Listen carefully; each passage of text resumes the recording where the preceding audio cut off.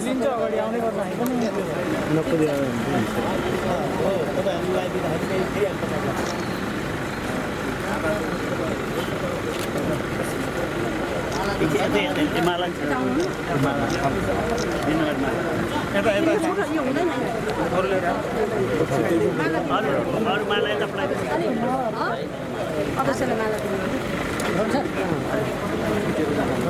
यहाँ आउनुहुन्छ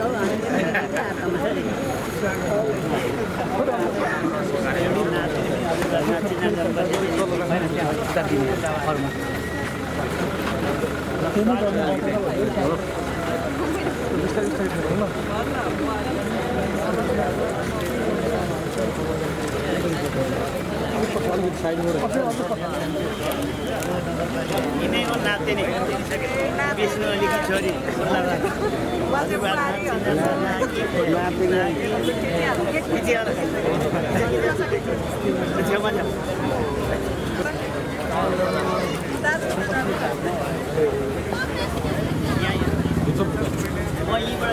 मोबाइल ल्याउन त्यहाँबाट हुँदैन भने यताबाट खिच्दै अहिले त्यो यताबाट हौ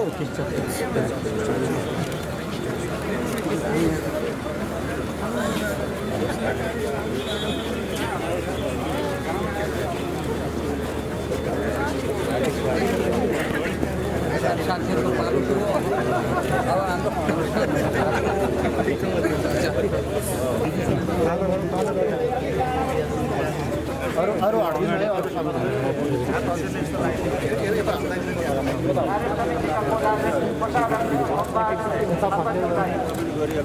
स्कुलमा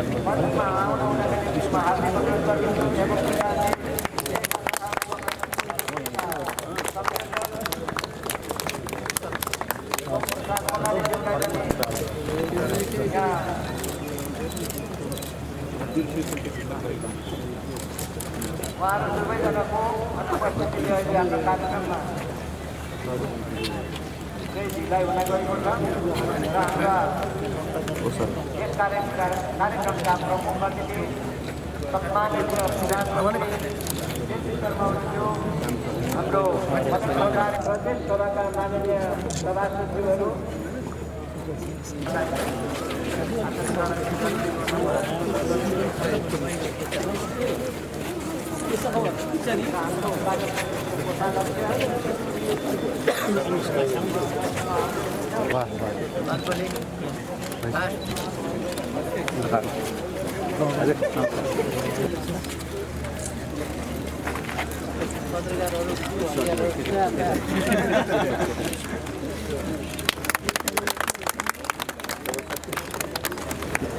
यो पुरै हुन्छ 400 त्यो बच्चाहरूको लागि चाहिँ अब खेल्नको लागि त्यहाँ टेम्पोले राखेको छ त्यो हाम्रो ट्रेडिसनल खेल पिङ पनि राखेको छ हाम्रो उतापट्टि पनि बच्चाहरू लुकामारी खेल्ने ठुलोलाई पनि तपाईँले खेल्नु मेरो बुझ्छ पनि खेल्नु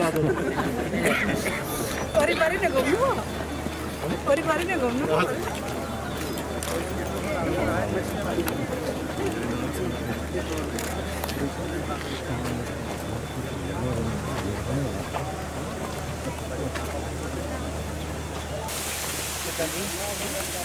चरा किरा फट्याङ्ग्रा मारुला चारुला यहाँ केहीलाई पनि काम लाग्नु पऱ्यो यस्तो केहीलाई काम नलाग्ने कुनै छेउमा नआउने के 650 पशुका पेदाहरू त्यो ठुलो भन्छ त्यो बिसक्यो म हजुरलाई देखाउँछु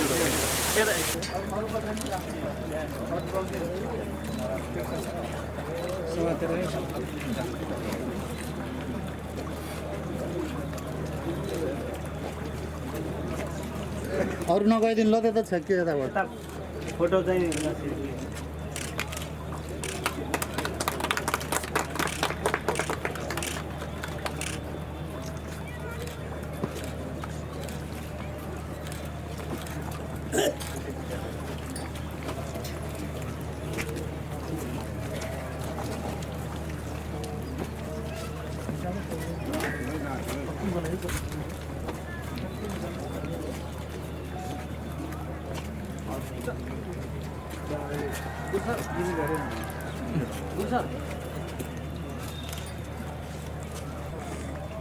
मुख्यमन्त्रीले नि माथि चढाउन हौ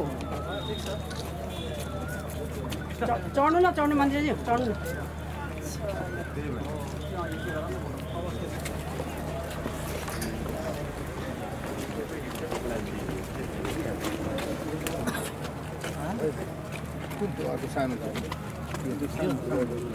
यो केही पनि हुँदैन यसमा नि जस्तो यसमा पुतली मौरी आदिले रसिनु भएको पुतलीको हुनु पऱ्यो मौरीको हुनु पऱ्यो केहीको हुनु पऱ्यो चराको हुनु पऱ्यो चराले खान पाउनु पऱ्यो यो किराहरूले त्यहाँ बस्दैछ खाँदैछ नि त्यो हुनु पऱ्यो कसैलाई केही काम नलाग्ने यति महँगो ठाउँमा यस्ता चाहिँ काम नलाग्ने रुखहरू रोप्नु हुँदैन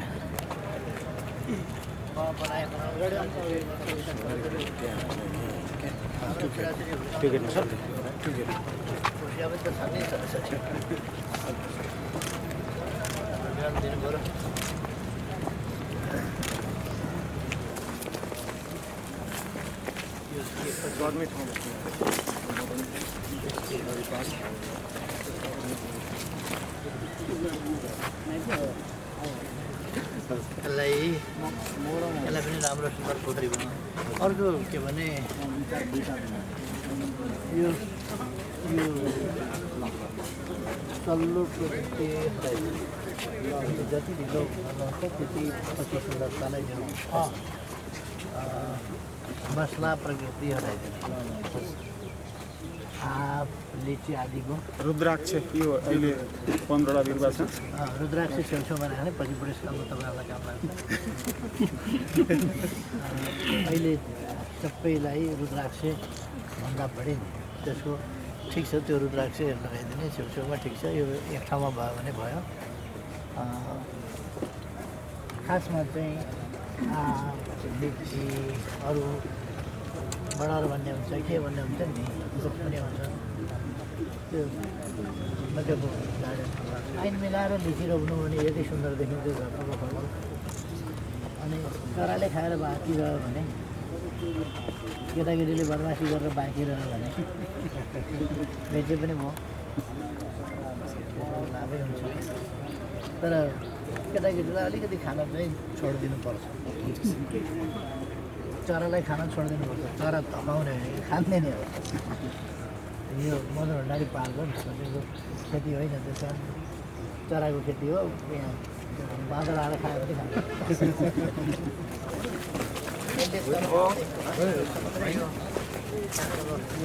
मान्छेहरूलाई यो एक नाचको अलिकति मैले यो यसले नेपालमा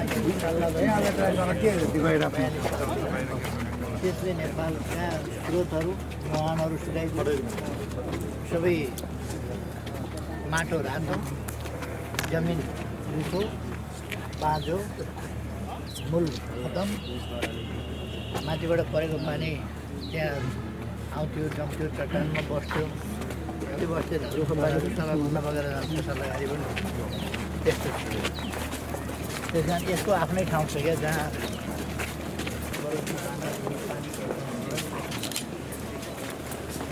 पुतलीको माउरीको यमुनामा यो मदनभण्डारी म्युजियमको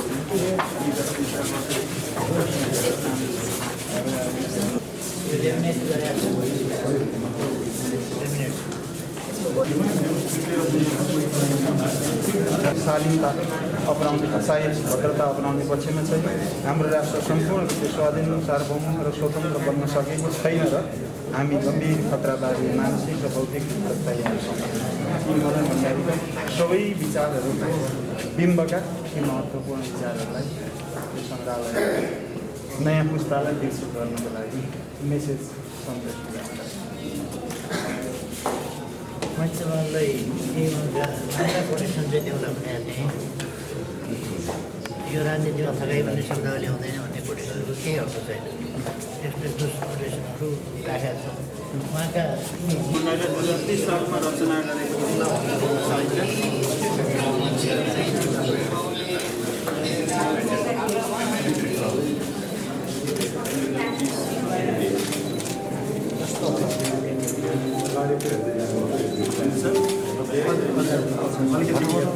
अघि हामीले कविता के किसानहरू छ भन्ने यो कविता चाहिँ उहाँको स्मृति सङ्ग्रह हामीले सङ्कलन गरी एकजना किसानले काठको दराजको चेपमा अर्को काठले छोडेर काँटी ठोकेर राख्नु अनि त्यो तख्ती उकाएपछि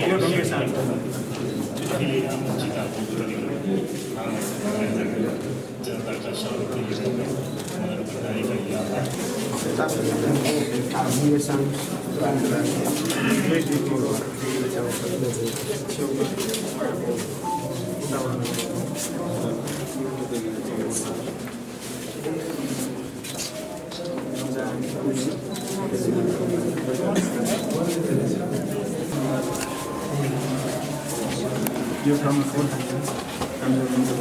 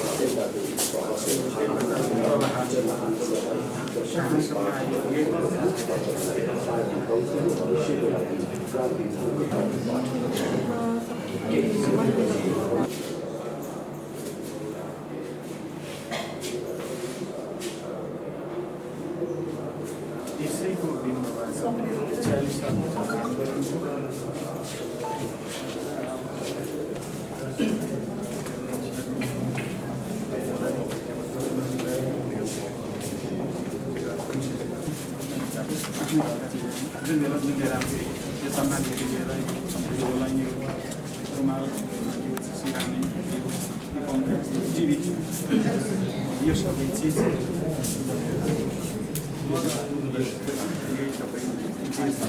जुन कुरामा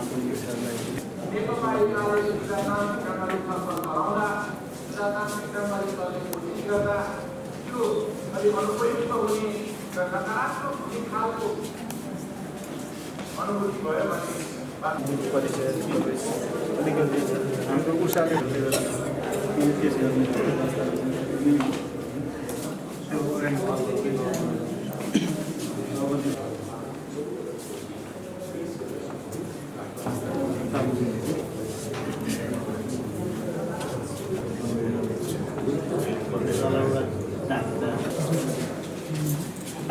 अत्यन्त महत्त्वपूर्ण राजनीतिक तथ्यहरू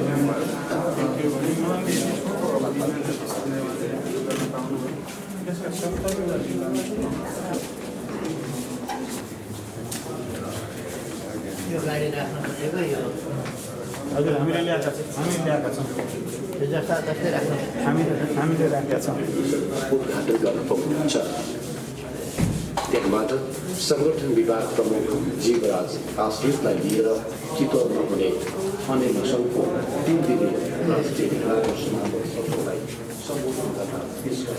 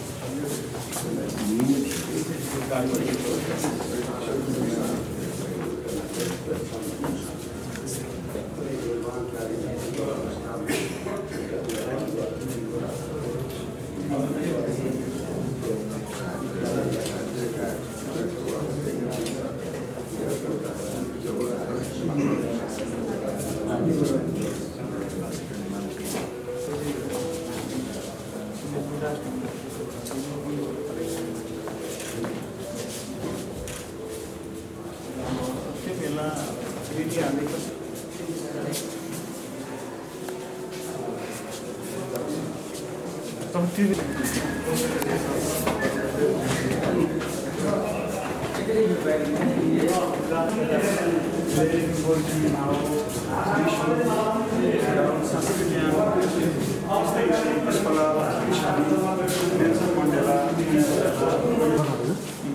sahaja turne terkali gaउँपालिका वडा नम्बर 2 मा पर्छ। यहाँ लिम्बू जातिको बाहुल्यता सुनवार, परियार र राईहरूको समावेशी बसोबास यहाँ रहेको छ। यही गाउँको यो एक्लै घरमा 2009 साल असार 14 गते मदन भण्डारीको जन्म भएको थियो। बुबा देवी प्रसाद भण्डारी र आमा चन्द्रकला भण्डारीका 5 भाइ छोरा र 5 बहिनी छोरीहरूमध्ये मदन भण्डारी माइलो छोरा हुनुहुन्थ्यो। मदनको प्रारम्भिक शिक्षा 2014 सालमा संस्कृति प्रधान पाठशाला पुग्दा उहाँ 7 कक्षाको विद्यार्थी हुनुहुन्थ्यो।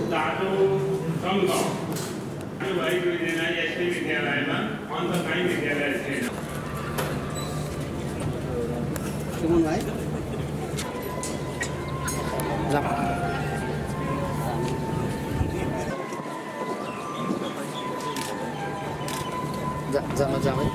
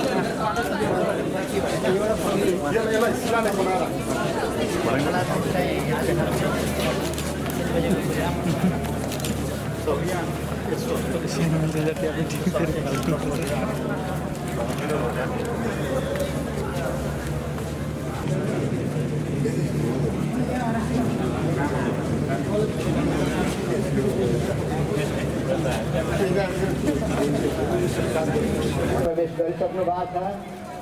यहाँहरूले सबैजनाले उठेर हार्दिक स्वागत गरिदिनु हुनका निम्ति म हार्दिक अनुरोध गर्दछु।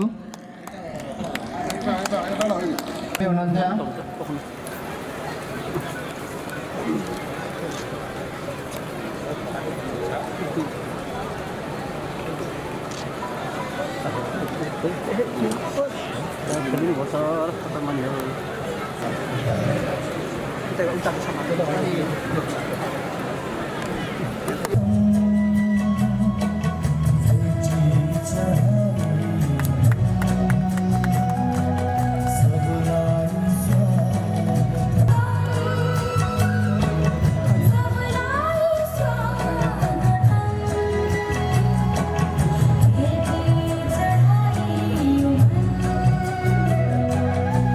आगामी 2076 जेठ 3 गते मदन भण्डारी स्मृति अन्तर नगरपालिका महिला फुटबल गोल्ड कप प्रतियोगिता आयोजना गरिन्छ। आगामी 1 वर्षभित्रमा प्रतिष्ठानको वार्षिक विद्यार्थी भर्ना क्षमता कम्तीमा 1000 जना बनाइनेछ। प्रतिष्ठानले सञ्चालन गरिरहेका स्वास्थ्य, कृषि र इन्जिनियरिङ विषयमा उच्च शिक्षातर्फ स्नातक, स्नातकोत्तर तथा विद्यावारिधीसम्मको कार्यालय अगाडि बढाइनेछ। मुख्य कार्यालय पूर्वको 20 बिघा जमिनमा कम्पाउन्ड वाल निर्माण गरी मदन भण्डारी सामुदायिक अस्पताल, करिब 1 अरबको लगानीमा स्टेट अफ आर्टको बहुप्राविधिक महाविद्यालय र प्रौद्योगिक विश्वविद्यालयको स्थापना गरिनेछ। विकासका लागि अनुसन्धानमूलक सिकाइका स्थानहरू निर्माण गर्ने उद्देश्य राखी नमुना मदन ग्राम निर्माण अभियानलाई नीतिगत वकालत गरी स्थानीय सरकार, प्रदेश सरकार र सङ्घीय सरकारसँग कार्यान्वयनका लागि सहजीकरण गरिन्छ। नम्बर 8 लतुवामाई नगरपालिका वडा नम्बर 6 सिजो स्थित जमिनमा भवन निर्माण पुरा गरी दुग्ध परिचालन केन्द्र सञ्चालन गरिन्छ। नम्बर 9 लक्षित वर्ग प्राविधिक शिक्षा शैक्षिक उपहार ऋण कार्यक्रमलाई विस्तार गरी प्रतिष्ठानमा प्राविधिक शिक्षा आर्जन गर्न इच्छुक आर्थिक रूपले विपन्न लक्षित वर्गका सम्पूर्ण युवाहरूलाई प्राविधिक शिक्षाको मूल प्रवाहमा समावेश गर्न सक्ने गरी कोषको क्षमता अभिवृद्धि तथा नियमन गर्न मानव संसाधन विकास कोषको स्थापना गर्न प्रक्रिया अगाडि बढाइनेछ। प्रतिष्ठान लगायत सबै शैक्षिक कार्यक्रमहरूमा सूचना प्रविधि र इन्टरनेटको प्रयोगलाई अधिकतम सदुपयोग गर्दै सफ्टवेयर प्रयोग ई पुस्तकालय तथा कागजविहीन कारोबार प्रणाली स्थापित गरिनेछ। कृषि विज्ञान तथा पशु स्वास्थ्य शैक्षिक कार्यक्रम अन्तर्गत सञ्चालित भवनमा 2 तला थप गरिनेछ। मदन भण्डारी स्मृति प्रतिष्ठान नेपालका कर्मचारी साथीहरूलाई हाइली प्रोफेसनल बनाउने कार्यमा ल्याइनेछ। मदन भण्डारी सङ्ग्रहालय तथा मदन भण्डारी पार्कलाई पर्यटकीय स्थलको रूपमा विकसित गरिन्छ। मदन भण्डारी विज्ञान पार्क, मदन भण्डारी साइन्स सेन्टरको निर्माण गरिन्छ। रतुवामाई वडा नम्बर 10 को इटारा स्थित जमिनमा मदन भण्डारी दुग्ध प्रशोधन केन्द्रको निर्माण सुरु गरिनेछ। पब्लिक प्राइभेट पार्टनरसिपको आधारमा निम्नलिखित नमुनायोग्य फार्महरूको विस्तार गरिनेछ। गाई फार्म, भैँसी फार्म, बाख्रा फार्म, बङ्गुर फार्म, माछा पालन, धान खेती, अन्न र नगदे बाली, मौरी पालन आदि इत्यादि। नम्बर 17 सामुदायिक विकासतर्फ 5 वटा महिला कृषि सहकारीमा आबद्ध 6500 परिवारलाई वार्षिक 3 लाख अतिरिक्त आम्दानी हुने कार्यक्रमलाई प्रभावकारी रूपमा अगाडि बढाइनेछ। सामुदायिक विद्यालयको गुणस्तर सुधार गरी कुल विद्यार्थीको 60% सामुदायिक विद्यालय पढ्ने वातावरण बनाउने कार्यमा सहजीकरण गर्ने कार्यलाई निरन्तरता दिइनेछ। दुध र मासुमा आत्मनिर्भर बनाउनका लागि पशु नसल सुधार कार्यक्रमलाई निरन्तरता दिइनेछ। देशको आवश्यकता अनुसार दक्ष र सिपयुक्त जनशक्ति निर्माणका लागि प्रौद्योगिक विश्वविद्यालयको स्थापना गरिनेछ। कृषि क्षेत्रका समस्याहरू पहिचान गरी सोको समाधान प्रविधिको माध्यम मार्फत खोज्ने उद्देश्यका साथ एग्रिकल्चर ह्याकाथन नामको कार्यक्रम सञ्चालन गर्ने तयारी भइरहेको छ। मदन भण्डारी अनुसन्धान केन्द्रको स्थापना गरिन्छ। धन्यवाद।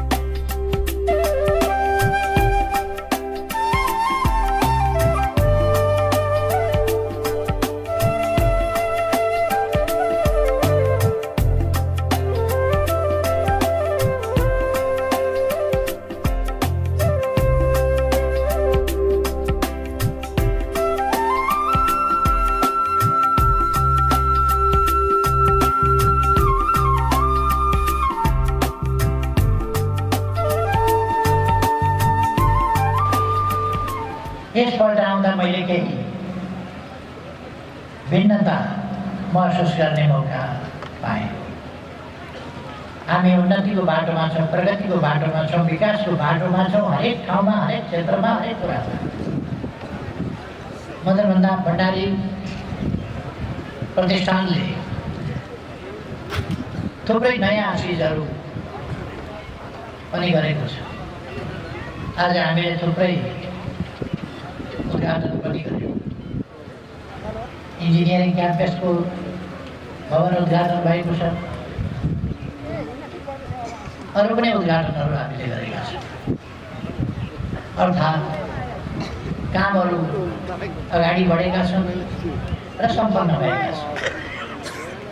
प्रगति भएको छ। आज मदन भण्डारी स्मृति प्रतिष्ठानको रजत जयन्ती वर्ष प्रारम्भको अवसर त्यसको पनि हामीले शुभारम्भ गरेका छौँ र 18औं साधारण सभा त्यसको पनि उद्घाटन गरेका छौँ। म शुभकामना व्यक्त गर्न चाहन्छु। यी कामहरू जुन यहाँहरूले यस वर्षभित्र सम्पन्न गर्ने उद्देश्य राख्नु भएको छ, रजत वर्षको रूपमा रजत वर्षभित्र यस 25औं वर्षभित्र सम्पन्न गर्ने कामहरू भनेर यहाँहरूले जे योजनाहरू बनाउनु भएको छ ती योजनाहरू सफल हुन सकुन् म शुभकामना व्यक्त गर्न चाहन्छु। तपाईँहरूको साधारण सभा अत्यन्त सफलताका साथ अगाडि बढिरहेको अत्यन्तै परिष्कृत परिमार्जित संस्थाको अत्यन्तै सफल संस्थाको परिष्कृत साधारण सभा हो।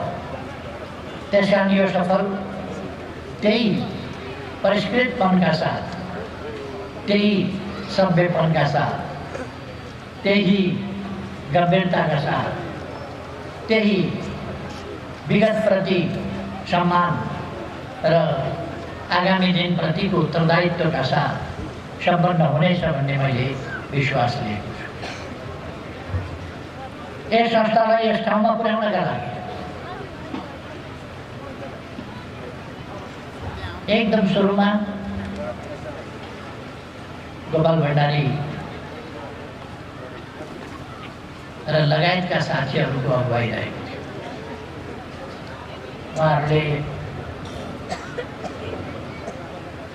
अर्कै सन्दर्भमा एउटा सोच लिनुभएको थियो। पछि मदन भण्डारी समेत गुदासढुङ्गा दुर्घटनापछि त्यो सोच छोडेर यस प्रतिष्ठानको सोचमा जानु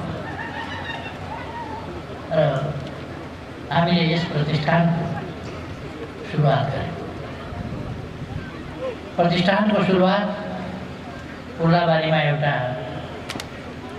बाटाको घरबाट गरिएको थियो। त्यसपछि 51 सालमा तत्कालीन नेकपा एमालेको सरकार बनेपछि यहाँ 32 बिघा जमिन थियो। त्यसमध्ये 7 बिघा जमिन यस प्रतिष्ठानलाई दियो। यो जमिन दिन मैले अलिक सकारात्मक भूमिका खेलेको थिएँ। त्यो आज सार्थक ढङ्गले अगाडि बढेको पाउँदा आफूलाई खुसी लागेको छ। यसलाई अगाडि बढाउनका लागि प्रदेश सरकारले जुन सहयोग गरेको छ त्यसका निम्ति म प्रदेश सरकारलाई हार्दिक धन्यवाद दिन चाहन्छु। मुख्यमन्त्रीज्यू, मन्त्रीज्यूहरू लगायत सबै जसको सकारात्मक योगदान छ सबै साथीहरूलाई म धन्यवाद गर्न चाहन्छु। विशेषतः सजिला अप्ठ्यारा सबै परिस्थितिमा तत्कालीन नेकपा एमालेले र त्यसका कार्यकर्ताहरूले र खास गरी उर्लाबारी, मङ्गलबारी, दमक यहाँका साथीहरू जुन अत्यन्तै स्नेह लगावका साथ, इटाराका साथीहरूले जुन लगावका साथ यस सन्दर्भमा योगदान गर्नुभयो र यस संस्थालाई अप्ठ्यारा परिस्थितिहरूमा पनि बचाएर अगाडि लानुभयो। परिस्थिति प्रतिकूल थियो तर सपनाहरू सकारात्मक, अनुकूल र ठुलै थिए। आज यस संस्थासँग अगाडिको 20 बिघा जमिन पनि छ। यस 20 बिघा जमिनमा मदन भण्डारी प्रतिष्ठानले जसरी सदुपयोग गर्न चाहन्छ त्यो सदुपयोग गर्न चाहने कुरामा सेन्टर अफ एक्सलेन्सको रूपमा निर्माण गर्नु, वर्तमानले भनेको विज्ञान प्रतिष्ठान वा विज्ञान केन्द्रको रूपमा विकास गर्नु वा प्राविधिक प्रशिक्षण स्थलको रूपमा वा निकायको रूपमा विकास गर्नु, के चाहनुहुन्छ त्यसमा प्रदेश सरकारले गरिराखेको सहयोग गर्ला। म भन्न चाहन्छु केन्द्र सरकारले पनि पुराका पुरा सहयोग गर्नेछ र यहाँको विकासका लागि कसरी विकास गर्नुपर्छ। यस संस्थाको यहाँ विकास भनेको संस्थाको विकास मात्रै हुँदैन। यहाँ संस्थाको विकास भएपछि अब हाम्रा भाइ बहिनीहरू इन्जिनियर बन्न सिक्छ। यो संस्थाको विकास मात्रै होइन, हाम्रा बाल बालिकाको। र म आग्रह गर्न चाहन्छु शिक्षाको मामलामा कुनै प्रकारको कम्प्रोमाइज हुन हुँदैन। शिक्षाको गुणस्तर बनाउन यो engineering campus, engineering college top most engineering college of Nepal हुनुपर्छ। नहुनुपर्ने केही पनि कारण छैन। यसमा शिक्षकमा आफ्ना मान्छे भर्ना गर्ने, व्यवस्थापन वितल बनाउने, आफ्ना आफ्ना मान्छे खोज्ने खालका कुराहरूबाट मुक्त रहनुहोस्। नेपालका सबै दाजुभाइ दिदीबहिनीहरू हाम्रा आफ्ना हुन्। यस ठाउँमा आएर कुनै प्रकारको राजनीतिक रङ देखाउने होइन। यस ठाउँमा आएर जे उद्देश्य हो त्यही उद्देश्य अनुसार काम गर्नुपर्छ र त्यस अनुसार नै यसलाई देशका निम्ति, देशप्रति समर्पित, जनताप्रति समर्पित अत्यन्त साझा संस्थाको रूपमा विकास गरेर लिएर जानुपर्छ र त्यसै गरी यसको गुणस्तर, सबभन्दा गुणस्तरको मुख्य आधार हो शिक्षक, गुणस्तरयुक्त शिक्षक, गुणस्तरयुक्त शिक्षक हुनुपर्दछ। गुणस्तरयुक्त शिक्षक, क्षमतावान शिक्षक र विद्यार्थीप्रति उत्तरदायी शिक्षक, त्यस्तो शिक्षक, त्यसमा कुनै कम्प्रोमाइज गर्नु हुँदैन। अनि त्यसपछि अन्य सुविधा सहुलियत पूर्वाधारका विषयहरू आउँछ। मुख्य कुरा शिक्षक र विद्यार्थीप्रति उत्तरदायी, विद्यार्थीलाई राम्रो पढाउनुपर्छ र गुणस्तरका योग्य र दक्ष नागरिक उत्पादन गर्नुपर्छ भन्ने भावनाको शिक्षक आवश्यक हुन्छ।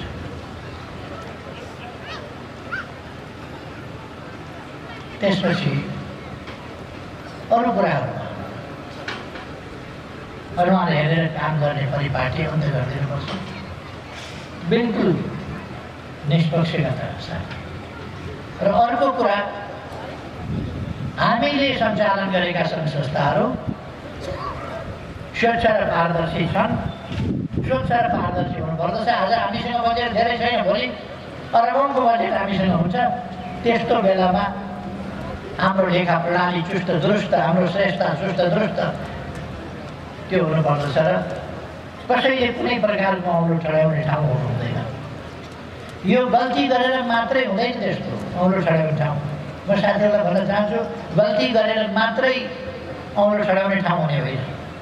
श्रेष्ठता राम्रो राखेन भने, मिलाएन भने, गल्ती नगरे पनि आरोप आइहाल्छ। त्यसकारण ठिक काम गर्दा गर्दै पनि ठिक ढङ्गले श्रेष्ठता राख्नु पर्दछ, होइन भने आरोप लाग्छ। हामी आरोपबाट मुक्त हुनका लागि संस्थाको हित र श्रेष्ठताको हित भनेर मैले भनिरहेको छु। कानुनको हित, संस्थाको हित, दुईटै कुरामा हामीले ध्यान दिनुपर्छ। यो संस्था यस्तो व्यक्तिको नाममा सञ्चालित छ जसको विचारमा आज देशले परिवर्तन पाएको छ, परिवर्तनको बाटो लिएको छ, देशलाई बाटो देखाएको छ, जसको विचारले, जसको निधनको 25 वर्ष भइसक्यो, आफ्नो जीवन गएको 25 वर्षपछि पनि जसको विचारले यस देशमा नयाँ बाटो पाएको छ, देशले बाटो लिएको छ।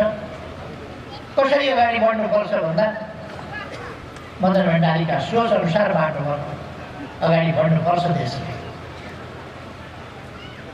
कोही कोही नबुझ्नेहरूले विवाद गर्छ, सबैले बुझ्छ त्यो कुरा भन्ने छैन। कोही कोही स्वार्थका कारणले विरोध गर्छन् या विवाद गर्छन्। कोही नबुझेर, कोही स्वार्थका कारण। नबुझेर विरोध गर्नेको पनि पछाडि लागेर हुँदैन, त्यसलाई सम्झाउनुपर्छ। बुझी बुझी विरोध गर्नेहरू, ती स्वार्थी तत्त्वहरूको स्वार्थ त आफ्नो ठाउँमा हुन्छ। तर आज देश मदन भण्डारीका विचारबाट चलेको छ। मदन भण्डारीका विचारबाट देश अगाडि बढेको छ र मदन भण्डारीका विचार अनुसार देशको शासन प्रणाली आएको छ। आन्दोलनले जित हासिल गरेको छ। त्यो जितलाई संस्थागत गरिएको छ र अब देशमा सुशासन र विकास जुन क्रम अगाडि बढेको छ त्यो पनि मदन भण्डारीका विचार अनुसार नै हुन्छ। त्यस्तो व्यक्तिको नाममा जो आफै एउटा ज्योतिको रूपमा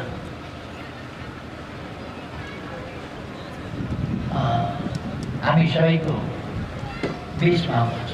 त्यस्तो व्यक्तिको नाममा यो संस्था, त्यस्तो व्यक्तिको स्मरणमा यो संस्था हामीले सञ्चालन गरिरहेका छौँ र तदनुसार नै यो संस्था अगाडि बढ्नुपर्छ। नेपालका चिन्तकहरूमा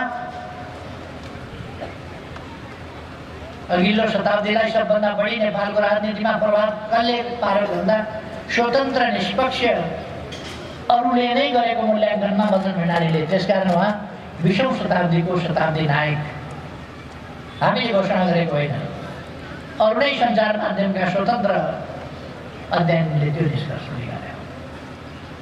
20औं शताब्दीलाई सबभन्दा बढी प्रभावित गरेको छोटो समयमा 20औं शताब्दीको पछिल्लो अवधिमा उहाँले मौका पाउनु, 20औं शताब्दीको पछिल्लो अर्ध शताब्दी 1953 उहाँको जन्म, तर 1953 जन्मिने बित्तिकै उहाँले राष्ट्रिय राजनीतिलाई प्रभावित गर्न सक्ने कुरा भएन। उहाँले बल्ल 85, 86, 87, 88, 90तिरबाट राष्ट्रिय राजनीतिलाई प्रभावित गर्न थाल्यो र 1993 मा पुग्दा उहाँको निधन भइसक्यो। यसरी 40 वर्षको समयमा लामो समय भूमिगत बसेर काम गर्नुभयो र उहाँ नेपालको सबभन्दा ठुलो व्यवस्थित दार्शनिक चिन्तक, मार्गदर्शक, समाज परिवर्तनको आन्दोलनको मुख्य अभियन्ता र नेपाली समाजको वास्तविक हिरो र नायक उहाँ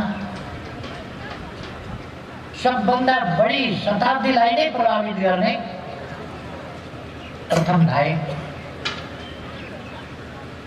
उहाँको नाममा खोलेका संस्था त्यसै अनुसार हुनुपर्छ फर्स्ट। त्यसकारण उहाँको नाममा खोलिएका विद्यालय, प्रशिक्षालय वा महाविद्यालय वा भोलि गएर विश्वविद्यालय, ती सबै अब्बल मात्रै होइन, नम्बर 1 हुनुपर्छ। त्यस दिशामा हामी अगाडि बढ्दैछौँ।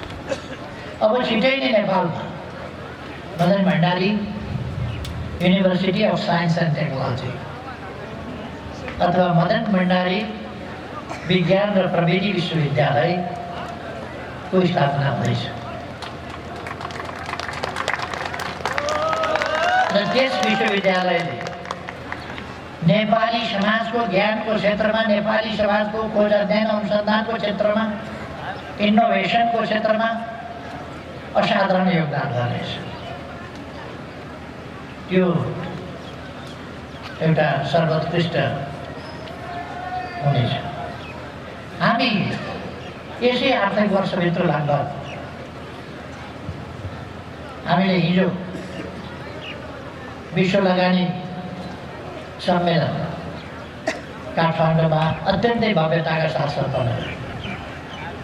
अब केही महिनाभित्रै तुरुन्तै खास गरी युवाहरूलाई ध्यानमा राखेर युवाहरूको अत्यधिक पार्टिसिपेसनमा हामी रिसर्च एन्ड इनोभेसन समिट गर्दैछौँ नेपालमा। र त्यो रिसर्च एन्ड इनोभेसन समिट त्यो पनि इन्टरनेसनल समिट हो, जहाँ नेपालका सबभन्दा बढी युथहरू र अरू पनि रिसर्च र इनोभेसनमा लागेका, खोज अध्ययन अनुसन्धान र नवपरिवर्तनमा लागेका विद्वानहरूको सहभागिता र अन्तर्राष्ट्रिय क्षेत्रबाट समेत आएकाहरूको समेत तत्त्वावधानमा सहभागितामा त्यो विश्व सम्मेलनको हामी आयोजना गर्छौँ। मैले यी कुरा किन भनिरहेको छु भने नेपाल अब विश्व स्तरबाट हेरिरहेको छ, विश्व स्तरबाट अभियान सञ्चालन गरिरहेको छ, विश्व स्तरबाट आफ्नो राजनीति सञ्चालन गरिरहेको छ, आफ्नो समाज नीति सञ्चालन गरिरहेको छ विश्व स्तरबाट।